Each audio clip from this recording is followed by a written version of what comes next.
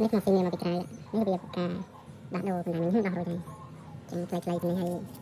មកដូរនៅកន្លែងគេដកគ្រឿងបោះឡាន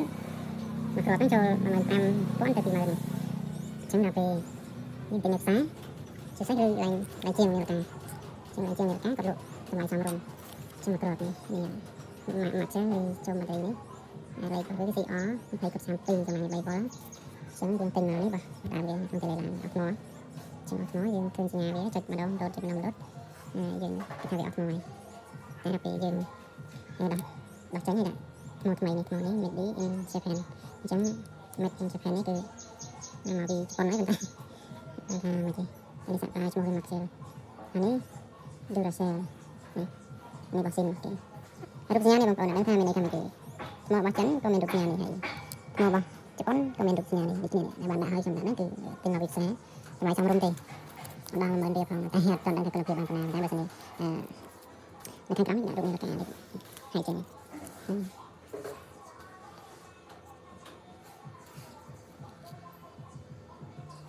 ក្រុមហ៊ុនគេអញ្ចឹងគេឲ្យអានការណែនាំមុននឹងប្រើប្រាស់ចឹងការណែនាំរបស់វានៅខាងក្រោយនេះបាទអានទៅយើងអានទៅបានអានទៅអត់ចេះទេចឹងអត់ចេះទេចេះដាក់ប្រើដល់តាមទម្លាប់ប្រើនេះ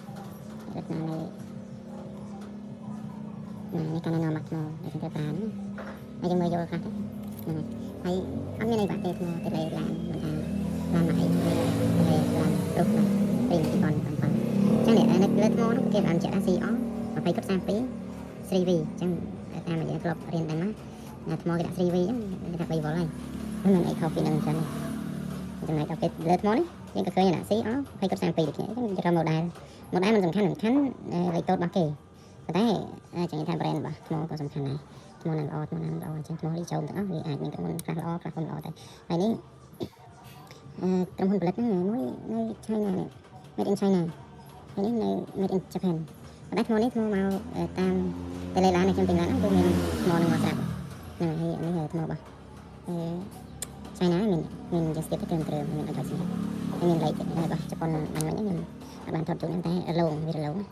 ហើយខាងក្រោយនេះវាបែបនេះខ្ញុំទៅទិញអត់បានកោះមើលទេថាវា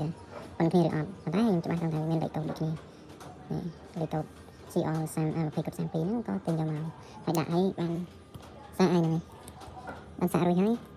គឺថាទៅលើយើងដល់តាមធម្មតាហ្នឹងឥឡូវខ្ញុំរៀបចំទៅសាក់មើលម្ដងទៀតមុននឹងដាក់សម្រាប់ចូលទៅវិញនេះទៅលើឡានមកយើងព្រោះព្រីមពីប៉ុណ្ណឹងទៅមានរូបរាងបែបនេះទៅលើផ្សេងមកគេមករូបរាងបែបនេះមាន highlight ក្រោមនេះទៅចឹងទៅក្រោមនេះខាងក្នុងស្ដីចឹងមានជាក្រោមតិចដែរល្អណាស់ស្អាតយ៉ាងស្អាតខាងមុនហើយទៅលើរៀងទៅលើប៉ុណ្នេះទៅต้องចូលជិះវិញសាក់ឡងចឹងសាក់ឡង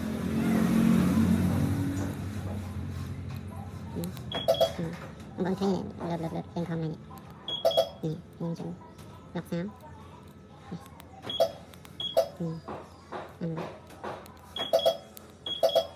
នេះต้องហៅអូខេបើឆានសិនជាចានេះហៅអានេះต้องអាសេសិនទៅអាសេឆានសិនជានេះហៅដល់សំឡេងជាផ្លែហើយយើងដាក់ចូលវិញដាក់ចូលមានអីបាក់ដាក់នេះយើងដាក់តាមរូបរាងបាទទៅឡើយមកទៅយើងចូលមកស្រាប់នេះកាពីជំរាបនេះអីកាត់អីចឹងទៅដាក់ចូលដាក់ចូលពីណាវាអត់ចូលល្អចឹងយើងដាក់អីបាត់ទៅចឹងមានឧបករណ៍អីចំណុចយ៉ាងណាខ្លះគាត់អាចបានគិតពីរបៀបនៃការដាក់ឲ្យចូលអាចចូលនឹងទុនចារុញទៅបាទចារុញទៅចូលមានបកាច់មកយើងតែលទ្ធផលមិនលទ្ធផលអាចថាវាអត់ល្អចូលសឹកល្អជំរាបទឹកអីចឹងសង្ហាសន្សើមចឹងដីហ្នឹងអាចចូលនេះល្អដីចឹងយើងស្អាតវាចឹងទៅមានជក់ហើយនេះដាក់ចូលហើយចូលនេះកម្រាប់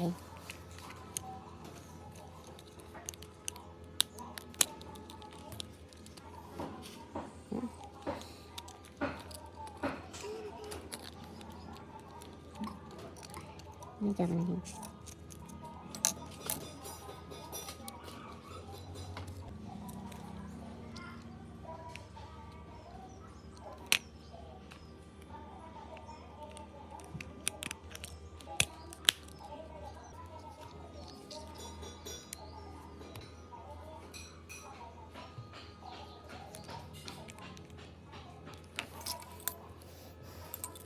តែមិនដាក់សោចូល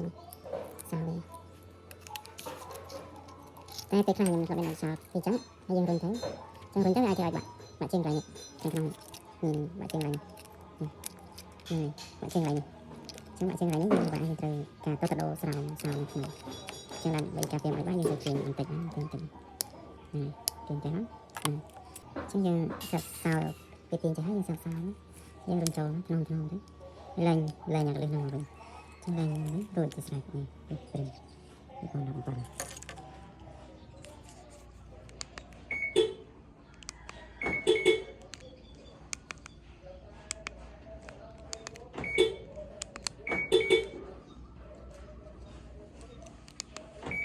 រួចទៅស្រេច